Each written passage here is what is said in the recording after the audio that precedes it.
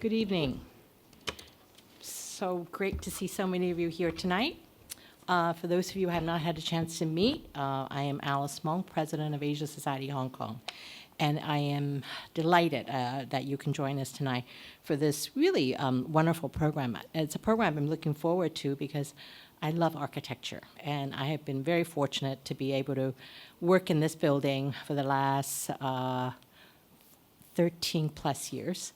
And to have really, we've done several programs, architectural programs like this, and each time I look forward to it because I learned so much. I think if I could come back in my next life, I would like to be an architect. But since I can, but I have been very fortunate to have worked with some, in my nonprofit career, some wonderful architects in the U.S. and also here in Hong Kong.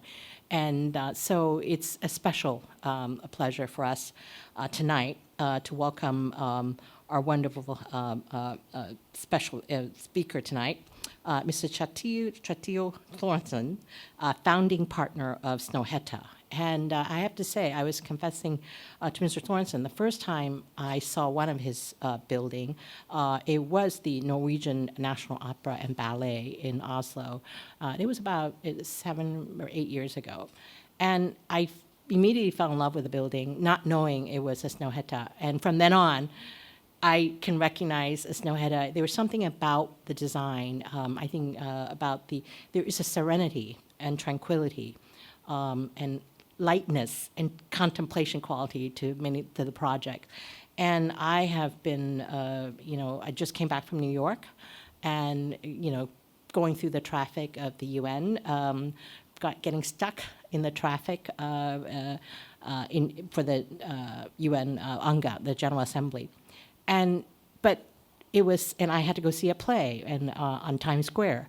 And it was actually quite pleasant to be able to walk through Times Square to make it in time for my matinee. And then I realized, the transformation was very much part of Snøhetta's work. While I was living there in 2000, I think 3 to 9, Times Square was not that pleasant. And now it is for pedestrian. And so I really want to thank, the fine work that this wonderful firm has done. And here in Hong Kong, I think it was about a year and a half ago, 2 years ago, I was in ASHK. And again, recognizing that quality of the fine work of Snøhetta. So we're really delighted today that we can have the founding partner to speak with us. And I think those of you today are also looking forward to hearing from him directly. And I think Asia Society Hong Kong, I want to again welcome our Mr. Steiner, who has been a longtime member of Asia Society Hong Kong. And in fact, we are celebrating Asia Society Hong Kong, the 35th anniversary of Asia Society Hong Kong. And in the coming weeks, we're going to be unveiling a wonderful design, our 35th anniversary logo that Mr. Steiner has helped us design. And that will pay homage to our track, the track of history. Those of you who know, up in the, we have the track from when the building was part of the armory from 1860s. So stay tuned. We're going to have some wonderful programs coming up and a very special exhibition, a pop-up exhibition that's going to start in December. We are not officially announcing it yet because we're waiting to hear from the designer for the exhibition. But if you're not a member yet, I think you may want to be a member for our special exhibition. I will give you a hint. It has something to do with a small sculpture, a small collectible. And we're going to be featuring this pop-up exhibition in December. And I have a feeling it's going to be crazy with visitors from all over, China especially. So I encourage you to become a member of Asia Society before December so you can be invited to special events as part of their exhibition. So enough of that. I think if you read Mr. Thorsen's illustrious biography, I think he is somebody that really needs no introduction, and we're really delighted that tonight we can hear directly from him. So I'm going to hand the program over and invite you to enjoy the evening, and then I'll come back and to do a Q&A with the speaker himself. Thank you.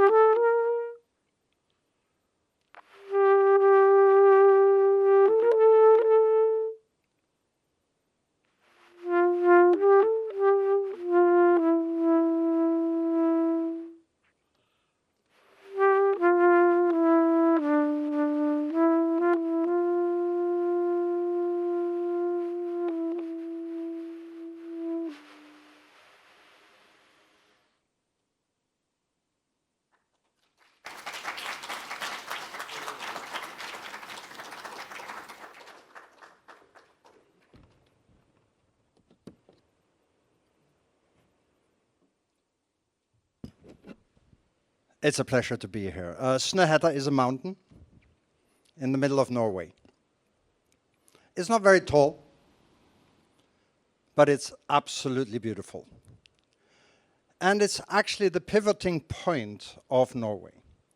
And there's a lot of mythology and there's a lot of stories connected to this particular place at Dovre. And of course, in 1987, there was a very important report coming out of the UN. It was called Our Common Future. It was headed by our former Prime Minister, Gro Harlem Brundtland. And at this point, the UN defined environmental, social, and economic sustainability for the first time, as if it was something that really valued the proposition of the UN at the time. That has since become, of course, the UN goals. And exactly in 1987, we said, after having read this program of the UN, is it possible to translate this political document, this intent, into the design of our physical environments? Is it possible to take the UN goals that we've seen now in 2023-24 and turn them into a design direction that would actually react towards people the way we want it to be? The first time we climbed Snøhetta was a massive experience, of course. It was snowing all the time on the way up. When we got to the top, the sky cleared up. We had the sun for 5 minutes, and then it started snowing, and we went back down. Since then, a lot of things have happened. We have 8 different studios around the world. We have evolved, and tomorrow we're opening our new place here in Hong Kong, and a beautiful new location, and continuing to be located in the places where we are with a very, very long-term way of thinking. You can't move into a place and say, hi, here I am, and then leave it again the day after. The stability of how we deal with these things is, of course, mainly related to people. Our people are carefully chosen. We are a community of designers, of architects, landscape architects, artists, product designers, and we work across the border when it comes to different professions. It is extremely important for us to have this crossover, not only with ourselves, but also with others. Every second year, we take the different people from the different studios around the world, and we climb the mountain Snøhetta with them. It's a beautiful trip. It's kind of hard, but it's related directly back to the way you think and move in landscapes. That's how we learn. That's how we establish ourselves and our relationship to our surroundings. I don't know if you know Laurie Anderson. She was a New York sing-songwriter. She wrote, walking is preventing yourself from falling forward slightly. So you have to keep moving, otherwise you lose your balance. And this is from last year's.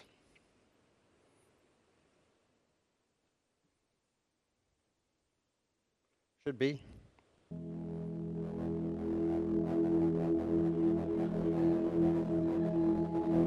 We start off in Oslo, people coming from all over the world.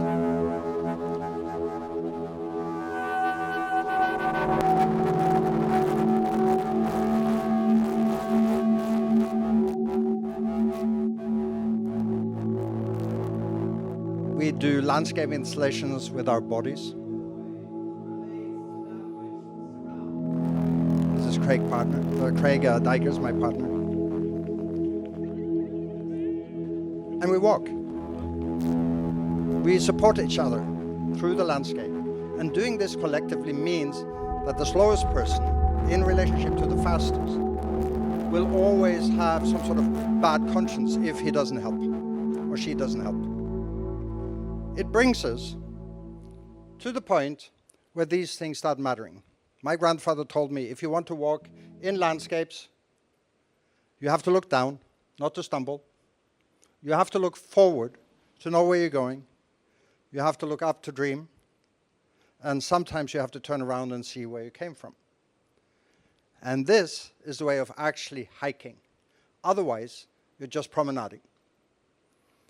And this comes a little bit also from Claude Perrin and Paul Virilio. I don't know if you know about their oblique architecture diagrams and oblique architecture description in the 60s, where the gravity of the body is continuously described as a relationship between the ground and where the gravity weight is going. So once you start walking on an oblique surface, your vector lines change. You have a totally different understanding of reality. And these vector lines actually mean that you're more conscious about your own location. So this is why we now, for the last few years, have called architecture the art of prepositions. Everything is related to where your body is at all times. The relationship between yourself and your body and your surroundings, they actually matter. If you're 200 meters up, the horizon is with you 200 meters up. Because the horizon is always where your eyes are. And in this relationship, architecture makes a difference because it's creating an intimacy between the body and your immediate surroundings, either on an individual basis or on a collective basis. So our people follow this. They understand what this means. They understand that these intimacies are necessary for us to own the projects, but also for the public to have an intimate relationship to the buildings, and by that owning it also. I bet right now that the chairs you're sitting on, you feel they belong to you because you're sitting on them. But once you move away from that chair, it no longer belongs to you. Like in a restaurant. I think this is important, this kind of notion of being close to something. In addition, of course, in Norway we have the right of roaming and the right of moving around. Similar to Finland, we have exactly the same kind of legal setup, which means you don't privatize. You don't privatize the coastline. Well, the process for getting these projects up and running through the people and in one with the people is, of course, complicated. You know as well as I do that things are not getting easier. We're getting overloaded by AI. But up until today, we are still bigger providers than we're users of AI. So we better be careful. It's the biggest robbery in the world, ever. And we have to make sure that our people are sort of related to this working environment that we want them to take part in. We want them to be close. We want them to sit within one big space like here in Oslo, but we have duplicated and replicated our office spaces all around. Even having lunch together gets important. And I think this kind of analog element of architecture spanning between the analog element and the digital element, bringing it back and forth, is important. Because that's how you learn, and that's how the next generation is going to survive until we have robots actually producing our buildings also. Still some time to go, but typically hand sketch on the screen, that's what I like to see. Because at some point, these things come together in a completely different manner. You have to hold things in your hand. You have to make models that actually do develop themselves. And you have to do that through the people who actually operate them. Whether it be on a CNC machine or whether it be through methods like here, idea work. Idea work is a way we work together with clients and inviting all kinds of different people into the workshop at the very beginning, before we start designing. Because the first line of a design is empower. We want to push that power game as far into the process as possible. We want to align minds in the way we think before we actually start designing too much. And you will see through the headline, the headers that we have here, it's like prepping is part of that process. Craving wonder, activating drama, daring to imagine, getting physical, double rapid prototyping, liberating, laughter. Don't ever underestimate the creativity of laughing. We have generative resistance, which is as important. That's when someone says no and you say yes, and then you say no and the other one says yes. And, of course, very important, punk production, which means breaking the law. You have to, at some point, be a punk operator. And we can do that in many different ways, because you can break the law in the most sensitive manner, and by that creating added value to the objects. Let me take you through some few projects. Actually, I have lots of them, maybe far too many. So we'll take it as far as we get. We had about 40 minutes, I guess. But, you know, our very first competition win was in Alexandria in Egypt. We were sort of around 30. And we just participated because nobody in Norway wanted to let us win any competitions, always second, third prizes. Yeah. You know, you're too crazy. Don't ever give them a job. But this library was a serious investigation for us. It actually did give us the possibility of reacting to many of the things that we had been thinking very early. This particular site, the sketches, we actually set up a competition office in Los Angeles, close to Alexandria Street. And it was amazing to see how this kind of very early sketching actually started turning out to becoming a building. When we won the competition, we were invited to Alexandria. I didn't have a suit. I hardly have one today. But at that time, it was necessary to have a suit. So I borrowed Jorunn. She's the artist of the project. I borrowed her sister's suit. And it was kind of a little bit tight, and it was amazing. But we managed. We got there. We raised the money together with the UN in Aswan. And then we moved the whole team, including Robert Greenwood, who's sitting here, Jorunn, to Cairo, into our engineer's office. And he built an extra 2 floors on top of his own office in glass, with a glass roof, in Cairo. You can imagine how hot that was. And we kept developing and drawing and developing the project. And then it started raining.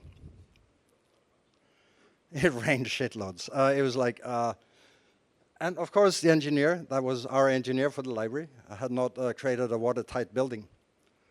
So all the drawings, all the computers, everything we had was soaking wet.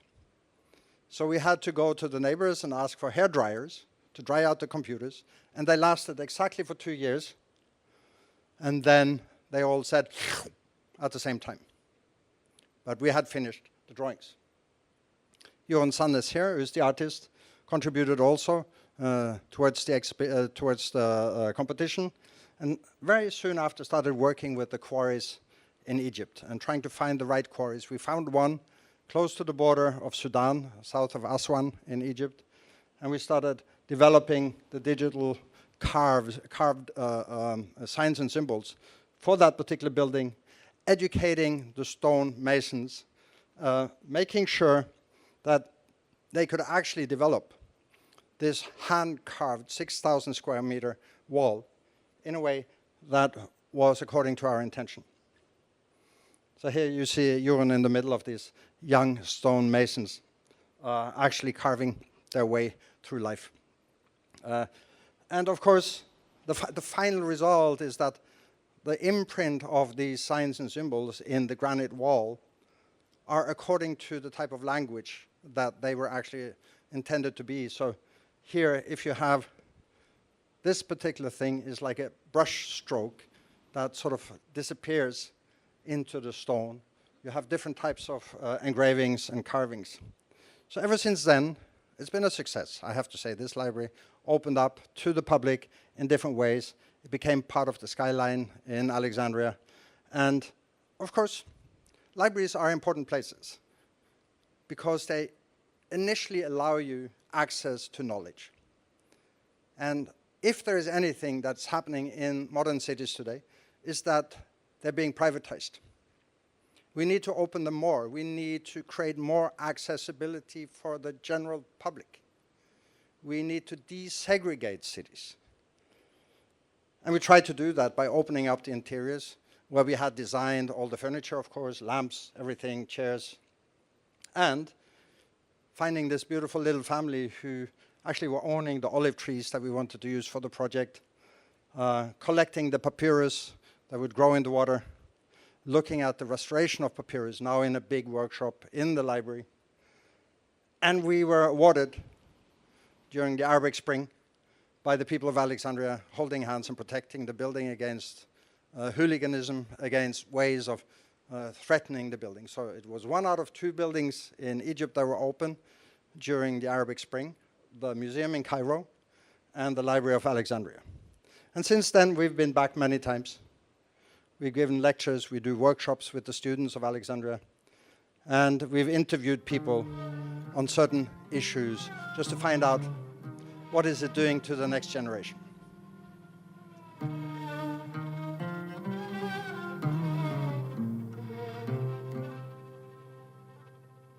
أنا اسمي ماهر، عندي 16 سنة. أنا باجي المكتبة هنا من وأنا عندي 6 سنين. جيت كونت صداقات من وأنا صغير وكونت عيلة وعندي أصحاب كتير في المكتبة.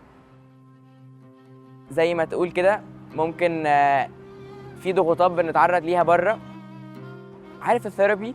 هي المكتبة بالنسبة لي ثيرابي أو فري ثيرابي.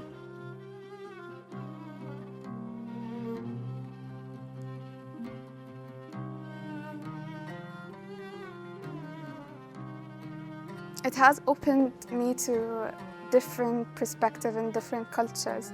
I've attended operas here, I've attended theater. I wasn't really into opera or classic productions, but I grew fond to these. I grew fond to Shakespeare, and I just fell in love with opera.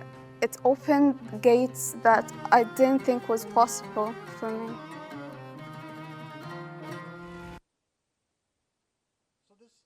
This everyday situation that a library generates in a city like Alexandria is for us what architecture is about. Architecture is not for the sake of architecture. Architecture is always for the sake of people. And we have to make sure that this is the way we think also into the future.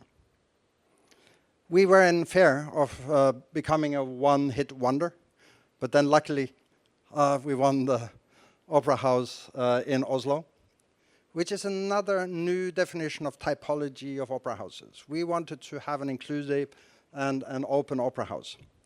Again, Jorn was creating this roof, which is an art piece itself in marble. And by doing that, of course, we achieved something else, which I'll show you a little bit later. But of course, every opera house has a core. So if the performing areas don't work, it doesn't matter if you can walk on the roof. So that really has to work. The stage curtain by Pay White. Such an amazing piece of art also on the interiors. All kind of flat, but it looks three-dimensional, silver foil. But most importantly is this kind of spectre of gathering people on the roof. Whether you are in a large group, I can't remember exactly which concert, but the biggest concert we had was Justin Bieber, with the 14-year-old girls sort of hovering around on the roof and not knowing when to go or where to go. But you can also start early, right? You can be there just touching things and being part of what your surrounding is. Of course, in the opera, you can swim in front of it. You can dance. You can do whatever you feel like. You can sit. You can be there. You can ski. Or you can drive the motorbike.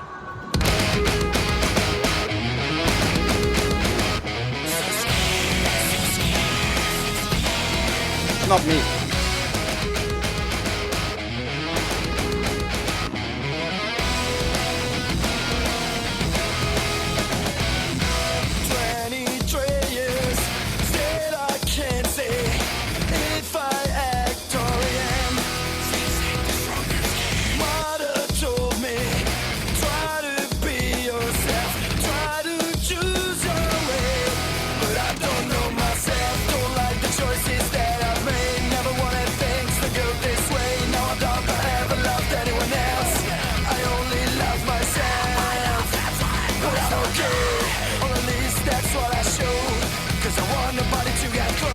So, again, back to the punk production thing. If you think you're in control of what you create, and if you want to limit your creation, then you're on the wrong side of this planet, because people will use it the way they think is the best for them.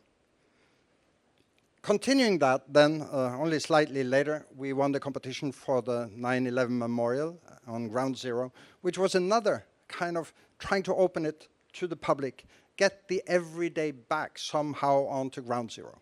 Yes, it's a huge and important memorial, but how to give Lower Manhattan back to its public and making sure that this tragedy, this terror, actually also has a way of people to escape.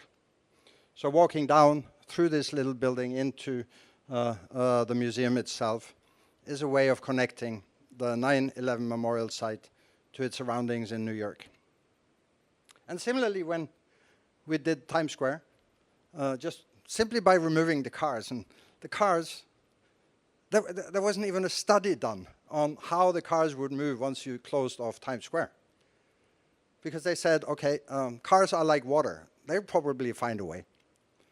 So it was just closed off. And by doing that, you gave a certain part of New York back to its inhabitants. Again, everything is about where your body is. And you can imagine the first time you stand in the middle of the road where there used to be massive traffic, you see your city new. You re-experience your city because you've positioned yourself in a position where you have not been able to be before. And a lot of different actions, of course, came as a follow-up of this, giving it back to the city. But most importantly, the overall use and the different ways of how the people found themselves all of a sudden in different positions. Whether you were a businessman, whether you were visiting, standing, getting an overview, maybe not even wanting to go to work at this point in time. And Nanjing Road, we try to do the same in Shanghai. It's this way of opening up, giving it back to the public, making sure that accessibility is there, making sure that the overall use of the ground that belongs to everyone is part of how you treat your own public. We're not doing enough of it, and we should be doing more. We should be focusing, again, on accessibility and desegregation of our cities. And of course, it doesn't always take so much. It takes closing off for cars, putting in benches, making sure the lighting is okay, putting in the green. But it can be done quite simple. It doesn't have to take all that amount of economy to be able to change some of these urban spaces that we're talking about. And similarly here in South Korea, in Seoul, Banpo, but more of a landscape way of giving an area back to the public. Movement, the way you move through the landscape, how you interact with the game and how the people used to move there before it was occupied by the roads and become the roads that became a barrier for this area. Make a clear signal. Paint it yellow. You know where you're going. Make sure it works. We're doing the same for the big sidewalk, harbor walk in Cannes. You know, you have these big film festivals and all the stars come there. Well, we're doing the 3.4 kilometers harbor walk and redoing everything, including furniture, small interventions, lighting, dustbins, and we're giving everyone a red carpet. Now, it is important because to some extent, this notion of being better or more than someone else prevents us from thinking freely. It holds us back. And we have to make sure that that doesn't happen. We have to help people to sensitize themselves in relationship to themselves, and by that, opening their minds. But of course, we are quite pragmatic sometimes. We have things that are really necessary to do, like here, a series of powerhouses that we did. They actually produce a lot more, up to 200% more energy than they consume, which means they provide electricity back to the grid. And by doing that, of course, the CO2 accounting of that over a period of 30 years gives us a completely different result than if we didn't turn it into a small power station. And this we've continued doing also on what we call here the 000. No electric energy for heating, no electric energy for cooling, and no electric energy for air movement, naturally ventilated. And this building was voted the second ugliest building in Norway 2 years ago. I kind of understand why, but I was quite proud, actually. It gave us at least a kick that we needed for us to continue working along form follows environment issues. How do you actually react to the flow of air if you want a naturally ventilated building? What must it look like in order to get there? So all these things come together in a larger picture of things. Even with type of content that might be difficult to comprehend sometimes, like here for the new headquarters of the Le Monde Group in Paris. And Le Monde, you know, is the world.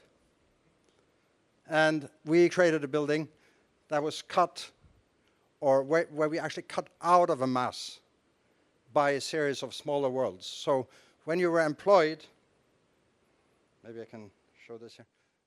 When you were employed in the Le Monde Group, you would sit outside the spheres. And where you're outside the building, approaching the building, you would be inside the sphere. At the same time, this was when Pierre Berger, who was the husband of Yves Saint Laurent, owned the Le Monde Group. And we met him the Monday after the Charlie Hebdo attacks in Paris. And he said, I want an open, accessible media house for the public. And we said, yay! But how can you do that the day after the Charlie Hebdo? Isn't everything about safety and security? Yes, it is, but I still want it. And he was in a position where he could claim these things, different from other people. But at least we decided then to take an article in the Le Monde newspaper which described the attack on the Charlie Hebdo, and we turned it into a pixelated facade. So this is a pixelation of an article of Le Monde projected back on the facade of Le Monde. So here you have a newspaper article, pixelated.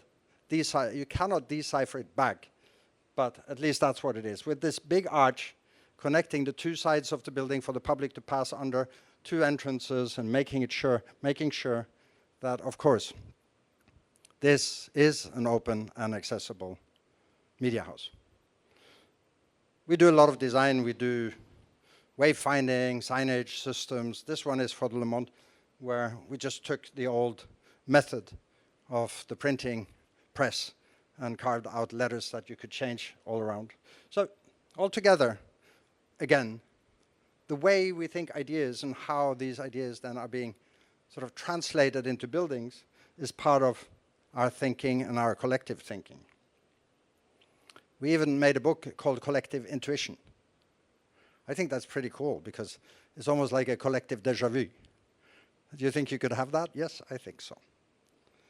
In Saudi Arabia, we've been working for quite some few years. We've done 3 projects, or we have done 2, and we're just about to building our 3rd. And the first one was called Ithra. Beautiful name in Arabic, means lifted a kind of knowledge base. It's a big cultural center. And we based it on Italo Calvino's Invisible Cities. The discussion between Kublai Khan and Marco Polo describing the Roman arch was about the keystone.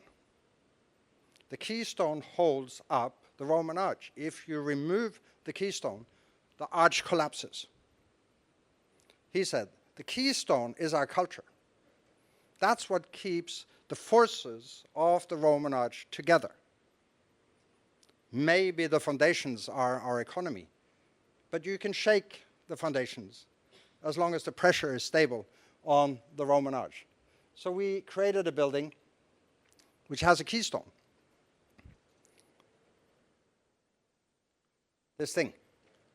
And this keystone actually, by structure, not really, because it would be too dangerous, but in theory, you could remove it and the whole building would collapse.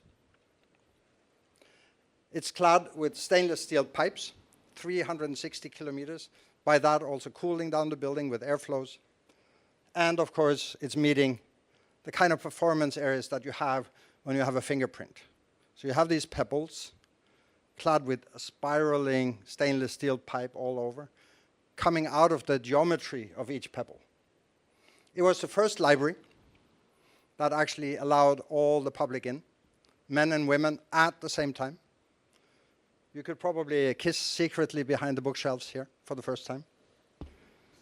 And this library is immensely popular. We introduced Edvard Munch to Saudi Arabia as an artist, you know the Scream. And we made the first catalog of Edvard Munch in Arabic. And we designed the exhibition in our own building. This is cultural exchange. It goes both ways. We had a whole series of families staying in our office in Oslo. They moved to Oslo. Their wives got the driver's license while they were in Oslo. So it was kind of a big fun, because when they came back, only some few years later, all women could drive the car. But on the cultural sector, you know, when we start developing local contextualized solutions, we have to work with the people that are there. This is a picture of the Sami people all the way up in the north of Norway. And we designed, well, first of all, I should say, you know, they use the animal the same way as many other First Nation people are actually using their resources. They use everything. They use the horn, they use the skin, they use the belly, they use the meat, everything. So we sort of based it a little bit on what is the element of a reindeer horn in the way it's actually being perceived. And there is a certain part of that horn which has a name. This angle here is called Sjorvematta. It's the strongest part of that horn. And the building that we created was directly related to this strongest part. By using wood in the structure, of course, studying local building traditions, making sure that the woodwork was dealt with in the same way as could have been done, and bringing that particular project back to the ground, looking at it and seeing how it could evolve.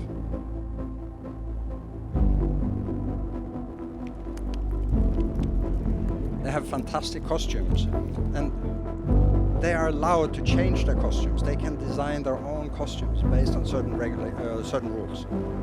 So every costume is different.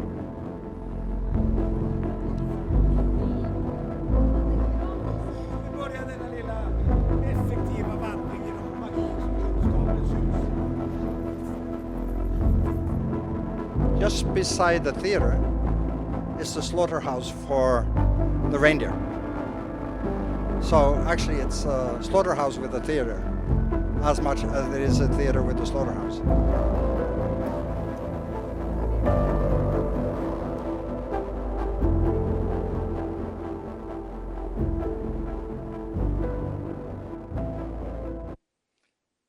Initially, nature does not differentiate. It does when it comes to how distribution of wealth is in the world. But in a direct relationship between you and nature, it doesn't differentiate you from someone else. It treats you the same. And of course, some of these landscapes that we build in are extremely powerful. And this little cabin that you see here, or this series of cabins, they were blown away by the wind. And we had to create new cabins that would withstand a new storm. So they are designed in a way that makes them stable for this particular situation and makes them stay there for much longer. And of course, again, allowing people into nature, but direct them to the right places so they don't spread everywhere. The new type of tourism is dedicated towards hotspots so you can protect the rest. This is quite important because for the moment we are getting more and more people who travel more and more to places where we haven't been before. We do the same in France, here, the Baroud refugee, which is again a similar keyless structure, which I will talk a little bit more about later, but this is a continuously open place for people to come and linger when you get lost in the landscape, when you get lost in the mountain. You can come here, get some food, stay overnight. And again, it's difficult to build in these regions because your time of construction is so limited. So here at this refuge, it's limited to 2 months a year only. But France has a lot more than mountains. It has some of the most fantastic cave paintings in the world, the Lascaux caves. And we were invited to design the Lascaux Cave Museum in Lascaux for people to be able to visit the caves still today, but then as a copy of the original caves, because the original caves had to be shut down. Because once you're inside the cave and you breathe, it deteriorates the color inside the cave of the paintings. So again, this prepositional proposal where you can walk over the building, into the building, out of the building, and back into the building in a sequence that finally leads you into the cave. This is where Picasso went to learn how to draw an ox. Over 5,000 years, these paintings were developed with scriptures. And we had a big event in Lascaux only some few weeks ago, where I dared the claim that this was not a ritual, a place of rituals. This was a pure art academy, where people were taught how to paint over years and years and years.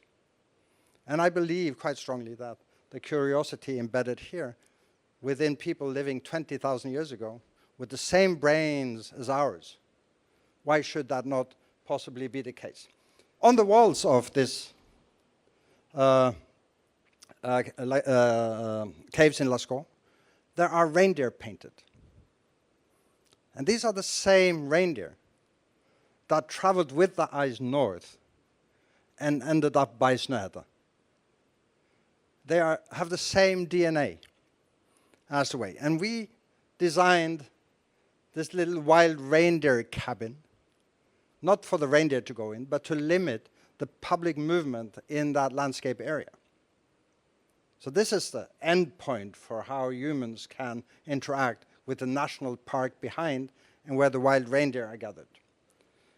Of course, there's something interesting about wood and how wood can be shaped. We wanted to make something that can be reproduced, but will never be the same. And of course, you do that.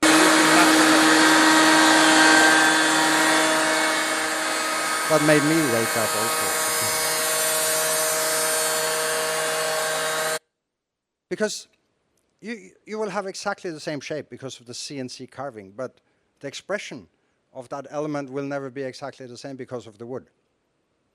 So there's something interesting about this reproduction of elements that you can deal with when it comes to using wood. And we took this one step further to the digital garage in Tokyo, where we started investigating some of the same things. What is CNC technology and how does wood actually relate to the final products that we then show in certain things?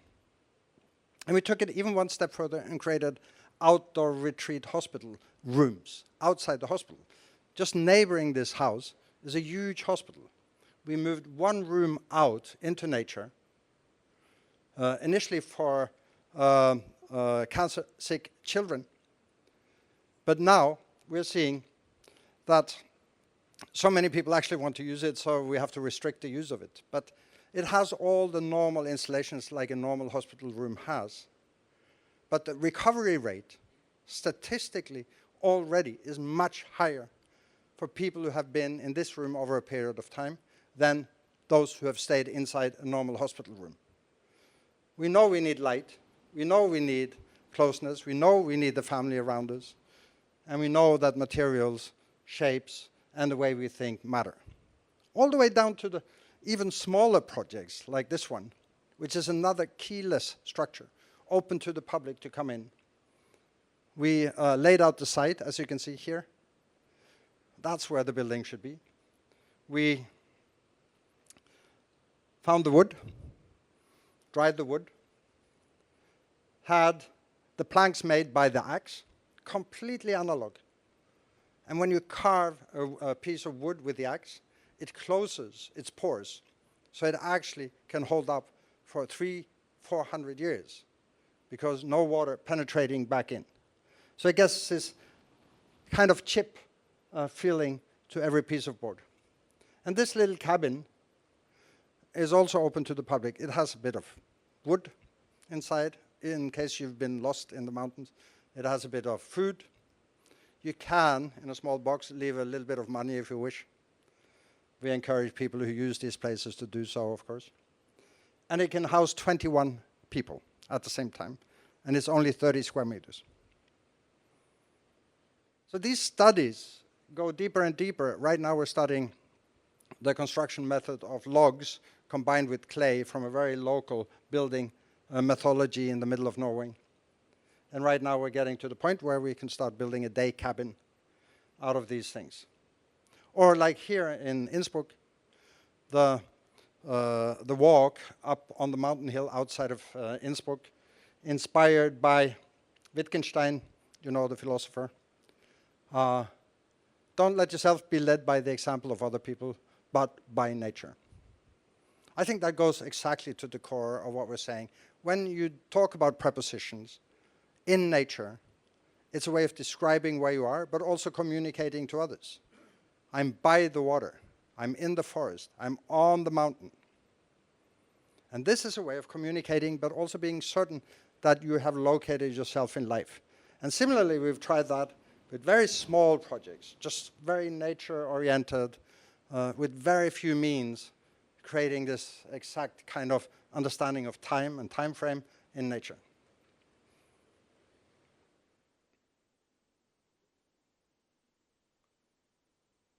So this kind of tidal way of hiding this little walkway, which in the end makes it look as if you walk on water. And in many ways, from the same perspective, our restaurant Under is a way of looking at the connection between land and sea. It was built on a barge, transported to the site, sunken down, and all of a sudden you have this kind of restaurant that goes from above water to underwater, 6 meters under. It's not only a restaurant, fish restaurant, obviously, but it's also a marine biological research center. Because close to the borders, or close to the shorelines, is where climate change shows the best. You can see that through the different species coming in, and you can see how these things react once the building is, in many ways, performing according to the natural conditions of the surroundings. From inside, you have the experience. Again, we've designed all the furniture, tables, and already, per today, at least 3 new types of jellyfish has been discovered, just simply by looking through the window of this restaurant/marine biological research center. And even smaller projects, like here in Innsbruck, where we gathered the seeds of apple trees and fruit trees that were about to disappear in the Alpine region. So we created a small fruit garden where we are now taking care of some of these, and it's happening in the future because all these things come together. And similarly, now we're doing the Presidential Library, the Roosevelt Library, and we're bringing the prairie back to its original condition. We are gathering all the seeds, the plants in this region, and replanting the original species. So it's actually bringing nature back to nature.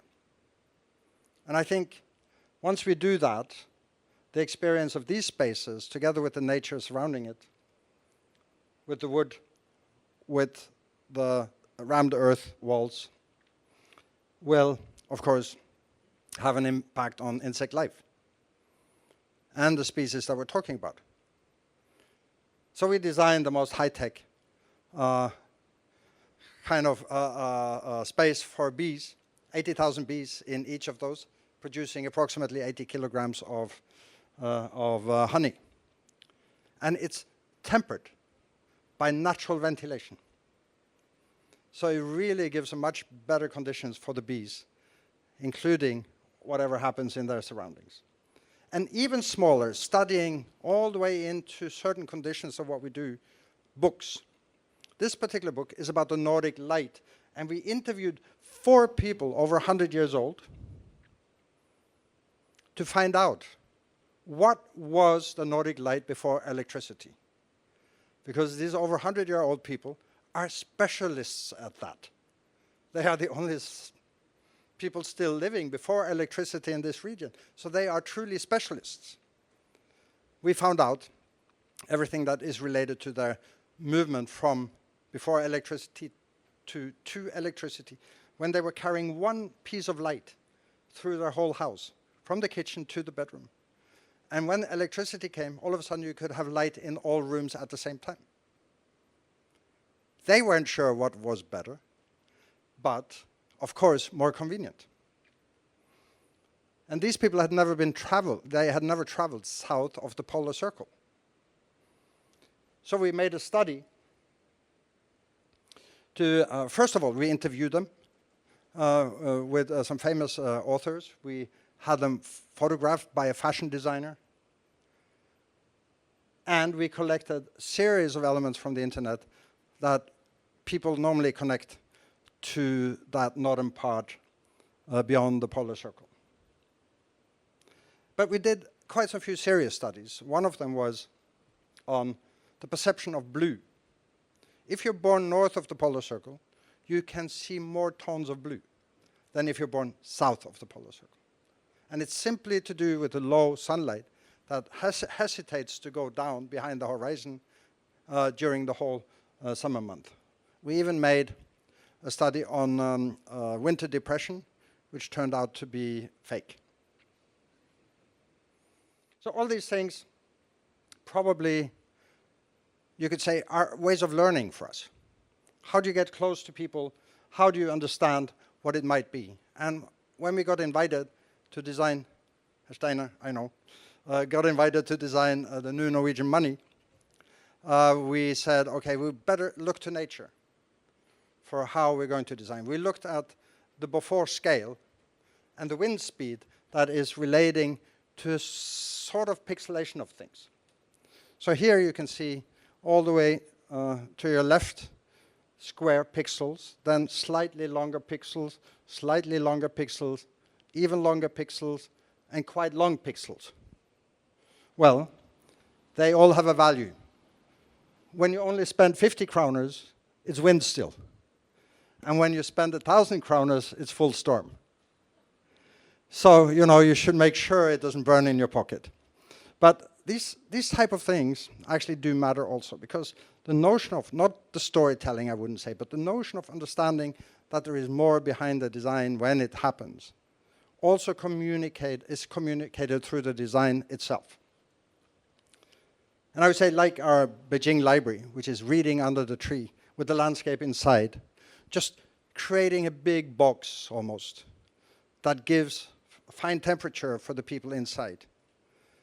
And once you start moving in, looking at the facade, these big glass pieces, up to 16 meters tall.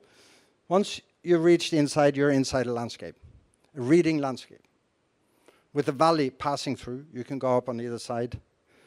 And it's been such a marvelous kind of experience. It went super fast. I don't think any library in the world has ever been built this fast. And especially because now it's the biggest reading room in the world, where Alexandria library used to be the biggest before. But it's okay to beat yourself, I don't mind. And right now, it's being used by all kinds of people, young, old. It's completely full all the time. We went there just to incognito, just to see what it felt like being there. It's beautiful to be there, I have to say. We haven't yet done the interviews and things and the post-occupancy studies. So we'll deal with that later. But it actually is a quite, let's say, comforting space, even though it's huge. It has the intimacy still.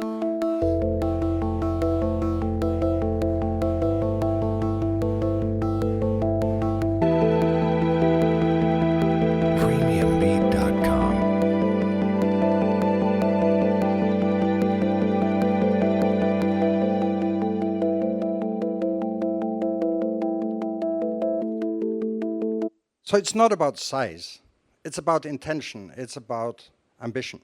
How do you want to reach the people you're designing for?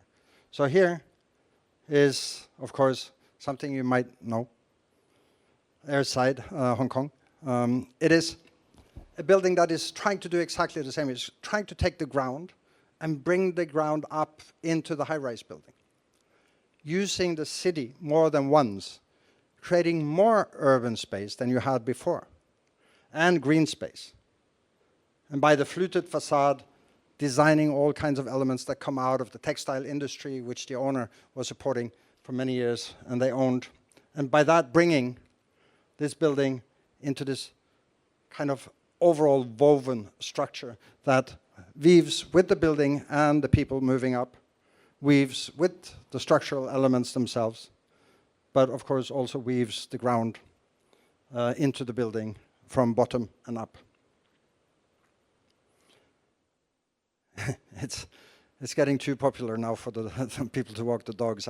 You said that, Richard, right? That now we have to change the green, okay, to be a little more, you know, withstanding dog shit. But you know, it's a way of, okay, that's life, and you deal with these things all the time. Like here in Bangkok, the Cloud 11 is a huge building. It's over 300,000 square meters. But we found out that I think approximately 7% of green space per inhabitant in Bangkok, which is far below the amount of green spaces that you have in the rest of Asia. So, of course, trying to promote outdoor space is important. We spend approximately 90% of our lives indoor. It's quite massive, and 14% in the bathroom. So just by nudging people to go out a little bit more into nice communal spaces gives us a possibility of maybe reducing that, if everyone did it, from 90 to 89.5, say. So we introduced the garden in this long, narrow site. We lifted it, so we have a new ground plane for distributing the people inside the building. 2 hotels, a lot of startups, tech spaces. But the garden is really the clue. The way you frame that garden inside the city, how you approach it, how you get to this point, and how it's representing itself in an environment that is not completely ready yet. And similarly, the tea house in Melbourne, now on its way very soon. It's been a long struggle with the heritage. We are there for the moment. It's adding on to an old tea house building. And by that, creating this cluster of towers with different functions and, again, bringing part of the ground up towards the top of the building and allowing public access in places where it would normally be private, with the presence of the old tea house always there. And similarly, again, one of the bigger projects, the Shibuya project in Tokyo, this horizontal, vertical, spiraling effect that you bring into the project by lifting the ground and making sure that people can move publicly outside onto levels where they have never, ever been before. In many ways, this is very similar to Times Square. You place your body in a situation where your body has never been. You see your city in a new way, and you can react to it. And this is kind of a strange building in many ways because it's mainly hotels and service apartments. But there is an art museum connecting it back to an existing cultural building. So we believe this is going to be a success. I mean, Shibuya is so full of people. I'm soon finished. I spent more than my time, have I? You know, in Hokkaido, in the north of Japan, we're doing a little project, and they also have a First Nation people there called Ainu people. And I think by connecting to whatever is happening locally, you have to give something back when you design in these regions.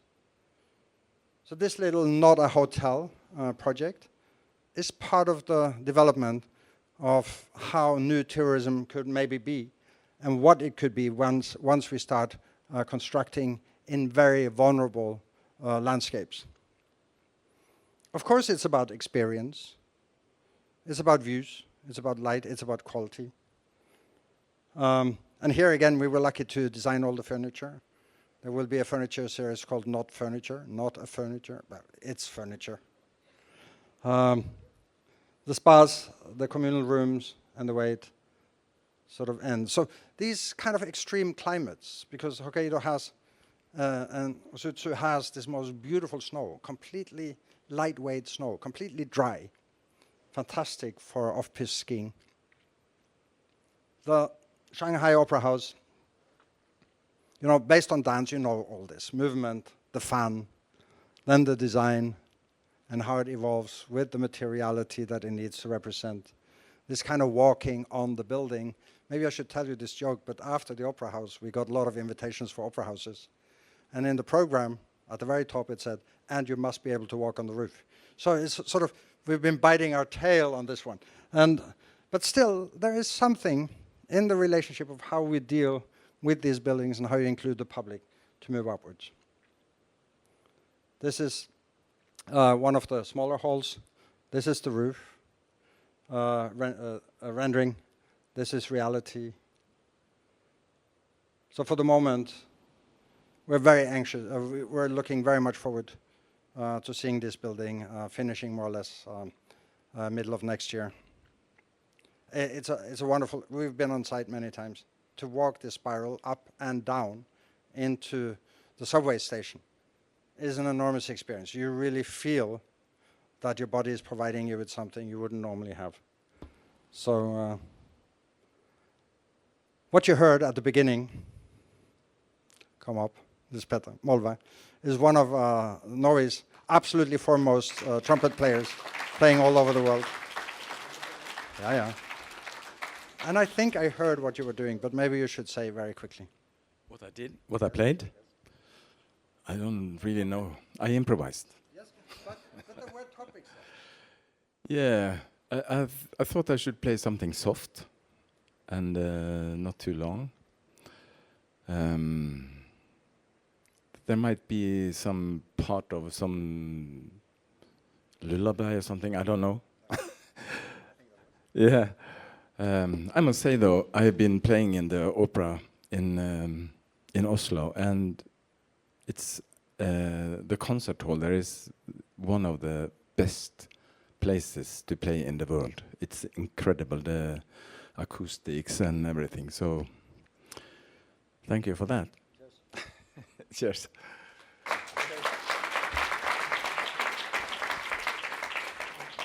I'm sorry, I overspent time.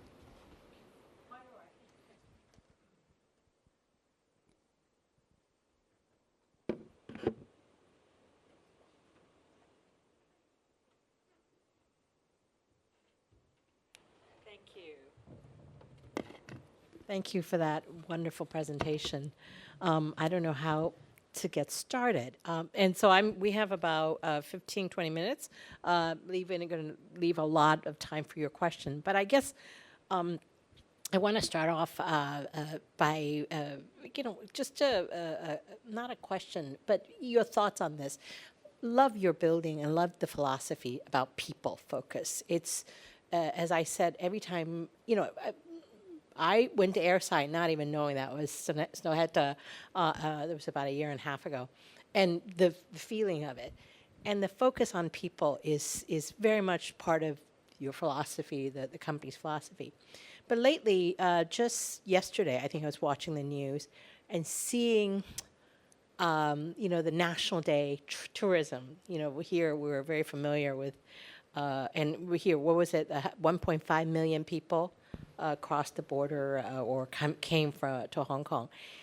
How do you kind of balance that? And especially now that you've talked about the Shanghai and in the project you've done in China. And Norway is not as populous, it's a smaller country. But in the future, how do you balance your buildings are beautiful, people want to go, and you've shown them with some, they're just lovely. But how do you balance that with the enthusiasm? And right now, many of the places around the world are complaining about over tourism, whether it's Venice, Barcelona, and the challenges of built environment. You want people to be there. You want to have public access, which many of your buildings have. But how do you also kind of integrate the tranquility into that? To some extent, I think cities have to be really prepared in the future, whereas nature cannot defend itself. So for people to come to places that have already been occupied by people, we have to prepare ourselves for a lot of visitors, high density in the future. It's all about how you organize it. Whereas when it comes to landscapes, we should have only dedicated points so you get people to go exactly where you want. And then they should leave the rest alone. So if you're dealing really eco-friendly with big natures, you have to protect it. And you have to not allow accessibility. Whereas cities are in a quite different situation, although they are urban landscapes in many ways. But we have to be prepared that it will not stop. People are traveling more and more, even though we have a climate crisis. People are getting partially richer and richer, at least in certain parts of the world. And at some point, they want to go to have experiences they haven't had before. They want to visit cities. I don't think that's going to stop unless there is a huge crisis. And I'm not hoping for a crisis. But there might be certain elements of things happening in the future where there is a natural balance system which doesn't make it able for people to move in a city. Like now in Shibuya, I mean, it's so full of people. You can walk at 0.1 kilometer an hour. You can't move. Parts of Paris, they're so stuffed. They're so full of people. I think we have to live with it to some extent. But on the other hand, making sure that the provision of how you plan the cities then for the future. That's why the big competition now is coming for the Louvre in Paris, because there are 4 kilometers of waiting lines to get into the Louvre, because the lift that EMP designed is much too slow to bring enough people in. So there is a certain limit for how much you can facilitate the number of people. And there is a breaking point also for cities, but I think we're not quite there yet. Whereas for landscapes, quite the opposite. Another area that I also kind of wanted to talk to you about, and I was not here when 2 or 3 weeks ago we had the Typhoon 10 I'm sure many of you were here. And here in this building, I've been here working in this building since 2012. And I remember the first Typhoon 10, nothing happened, just it was still quite serious, but the way it was designed and everything. But 2 years ago, we started losing trees. And my fear is some of our big trees that are 100-year-old heritage trees, fortunately, because their roots are so deep, they have survived all the major typhoons. And this time, we lost 2 trees. I think if you had a chance, I'll show it to you. That's how bad this typhoon was. So I think as an architect, and looking every year, it's the climate, the extreme weather is getting worse and worse, and we here in Hong Kong certainly have felt it. So I think, is that one of your challenges now? How do you kind of balance the built environment with kind of nature, and still the nature is kind of telling us some really interesting, they're not happy these days, I think. No, you're absolutely right. And of course, the climate crisis is one of the biggest ones.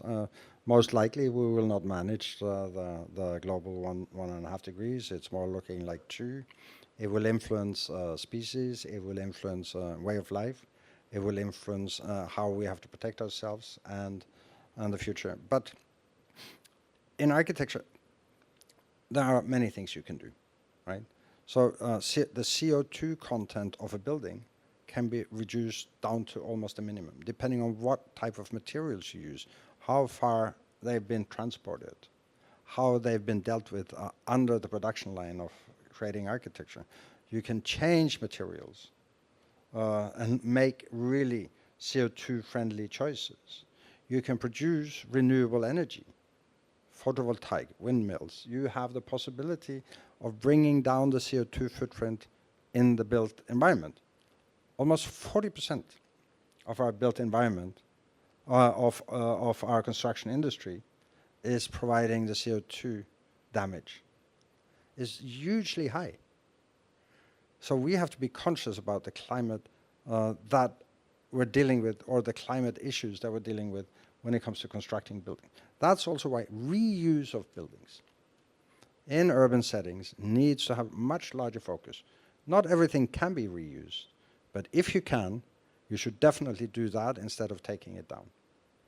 And I think all these issues altogether, energy production, reduction of energy consumption, reduction of CO2 footprint on materials, reuse of existing structures altogether, can manage to stabilize the CO2 situation that we have worldwide, and maybe by that, let's say, ending in a situation where the catastrophes are not that huge. Okay. I'm going to open it up to the audience. We have a few minutes. Questions, please, over there.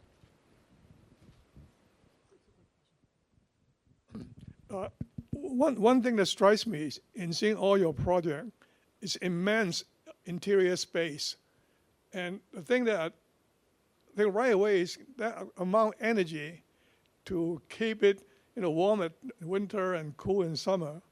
And a week ago, I was in fact in the Oslo Opera House, and considering the temperature of Norway, the immense energy it takes to cool the place in winter, warm the place. So what step you think, did you go to your mind when you designed all these projects, immense interior space on the energy factor, about the consumption of energy?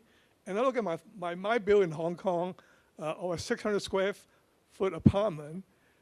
I'm trying to imagine how much you spend in warming Oslo Opera House in winter. Well, airflow is all about creating the comfort zones where people are. So we don't really care how hot it is under the ceiling, because nobody's there. And like in most countries of this world, it's more energy consuming to cool a building than to heat it, even in Norway. So the balance point here is about where is the comfort zone, how do you circulate the air to reduce the consumption down to a minimum, and how do you control that air to be exactly where the bodies are in that large space. So we don't have even temperature in a large room. We only control the comfort climate where people are.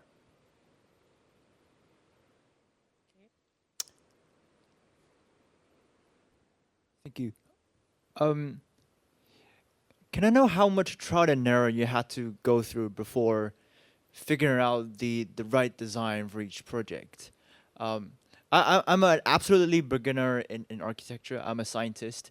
And in fact, it really wows me how much physics and how much physics that you have considered in all of these things. And then in science, we just play around and then see how it works. But then obviously in these buildings, you can't just make one and then abolish it and do it again. So I'm curious how you do your trial and error and how you discover the right design.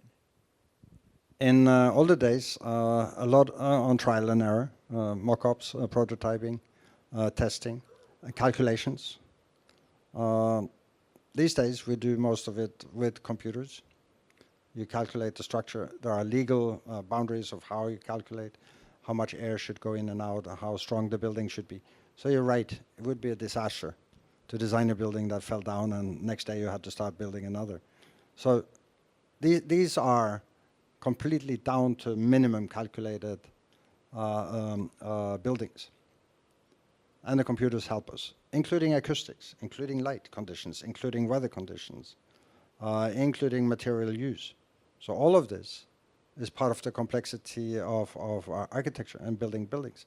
We've said many times it's more complicated to design an opera house than a space shuttle. Especially because you also have the subjective elements of the opera house in there, right? So, but yes, you're right, it's complex. And it takes a lot of different professions to be able to create a building that will stand there and perform for, say, 300-400 years.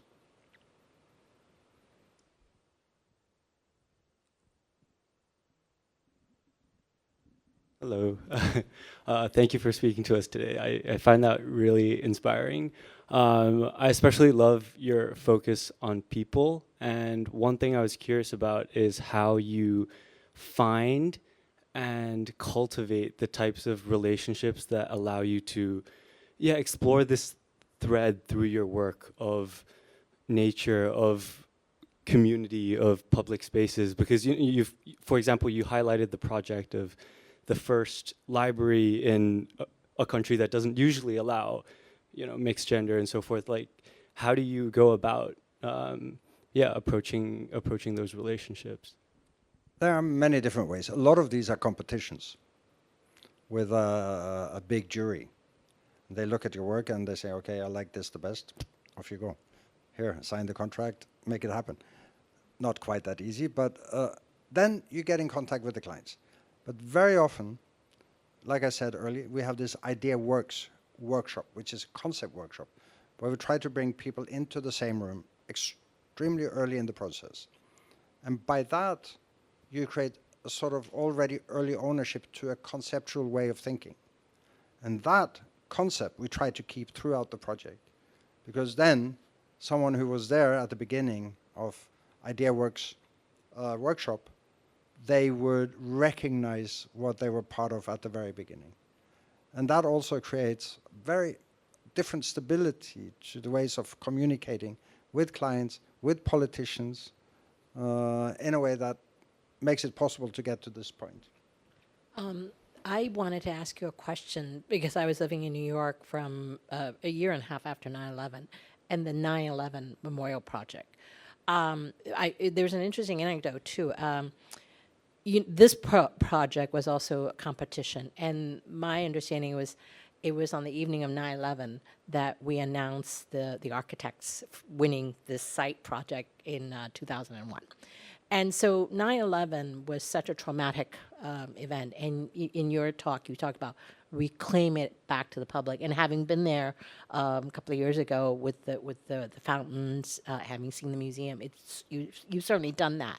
But the question I have for you is the challenges. I remember how the government, I know Mayor Bloomberg and the community, it was, how do you then work in a project like that to kind of bring the community? Is it kind of what you were talking about earlier? Is that how you, because that project, hats off to you to have made it beautifully done, but then the process of getting it done, how difficult was it? This was a project we, from the very beginning, said would have to be extraordinarily dialogue-based. So we called it negotiated architecture, in fact. In the room, you could have up to 400 stakeholders, policemen, fire and police, families. You could have from the different religious communities, from the different political environments, and they would all have a different opinion. That's when we started saying, here, in this particular case, the political compromise is the best. And once you've compromised it, you can turn it into quality. Sometimes compromising the idea when you have a community where nothing can be dealt with, they're apathic in a sense.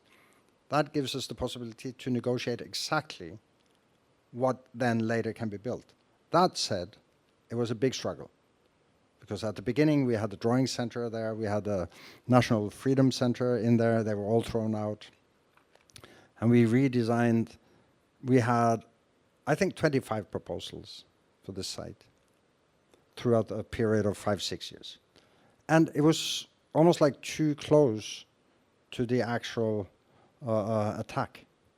So in a way, the emotions were too high to be able to bring it back. But it became really serious after 10 years, because then it felt like, okay, maybe the distance in the city is big enough for people to return to this place and maybe deal with it.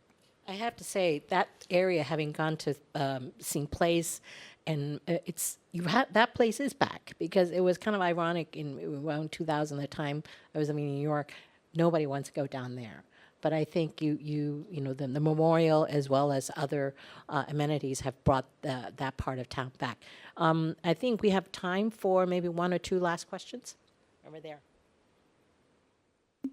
Hi, thank you. I enjoyed your talk very much. It's so inspiring. 2 questions. One, I was really impressed about what you did with the hospital in Japan, that, you know, the cancer patients who lived in the rooms that's like more close to nature has a higher, I don't know, recovery rate, whatever, or longer, you know, longevity.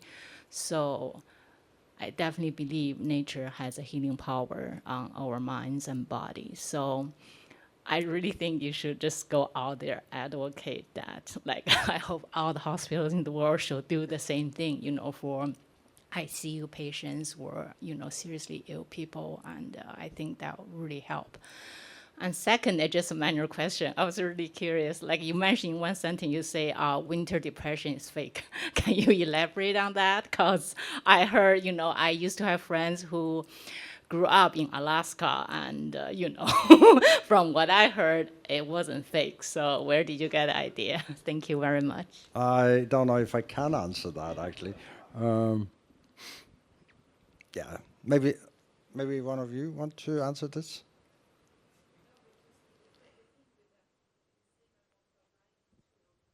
Yes? No, I can say that. Okay, well, it's fine.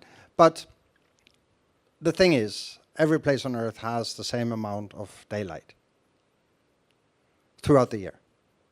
It's just distributed differently. So the same amount of, if you spend the same amount of time outdoors, you have the same amount of D vitamins adapted by your body. So the relationship between light and dark is either fast, day, night, or it's slow, winter, summer, winter, summer. And in both cases, it's a matter of bodily rhythm.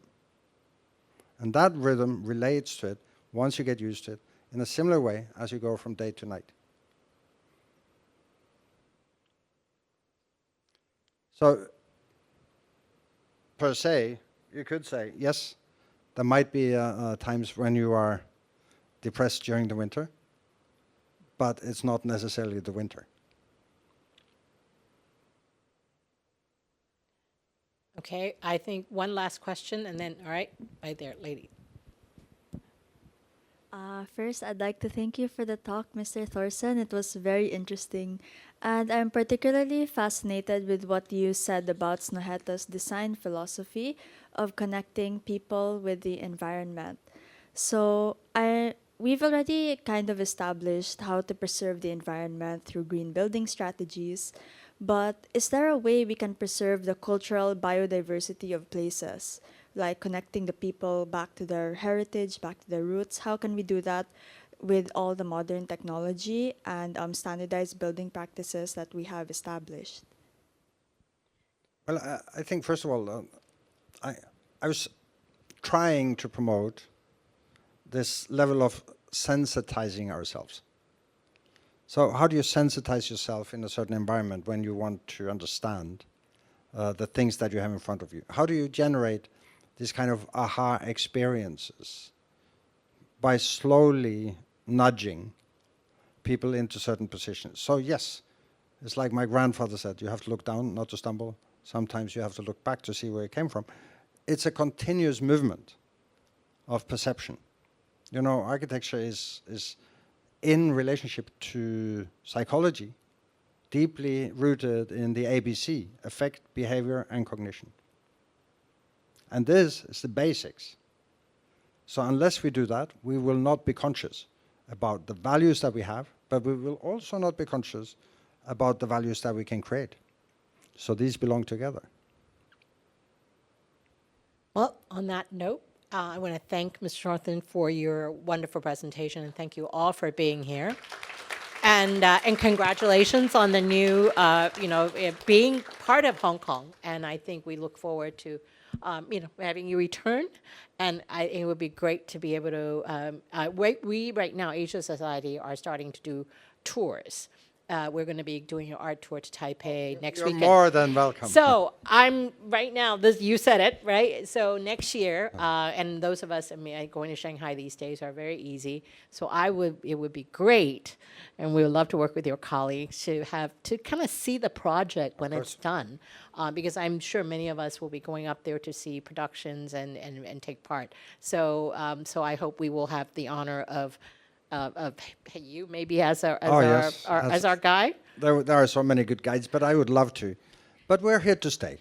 We're not going so anywhere. glad. We're staying here for the next 100. What you said about long term, I think this is what Hong Kong needs. I think our real estate. I think we're learning from all of this. I think it has to be the long term, and we're so happy that you're part of the Hong Kong community, and we look forward to future collaboration with Snøhetta and your kind self. So thank you all for being here, and we look forward to welcoming you back at future programs.